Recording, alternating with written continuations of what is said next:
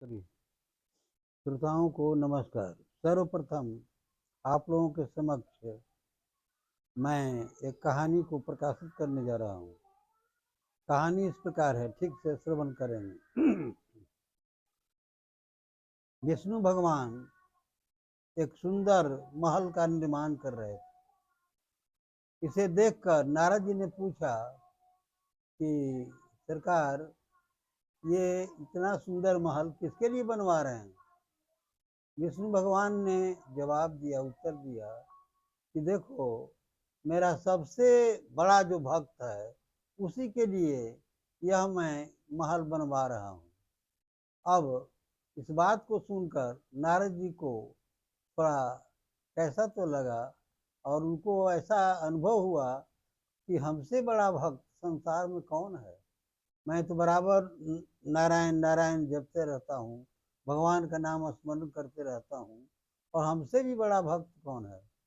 तो नारद जी ने विष्णु भगवान से प्रश्न किया, कहा, सरकार, वो कहाँ रहता है, उसका पता बताइए, मैं जानना चाहता हूँ सबसे बड़ा जो भक्त है वो कहाँ रहता, कहाँ है।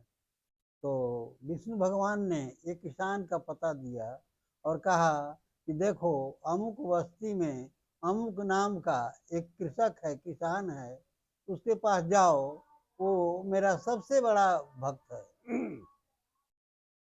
नारद जी चल पड़े। जहाँ पता दिया था विष्णु भगवान ने, उस गांव में प्रवेश किए। उस कृषक के पास आए, किसान के पास आए।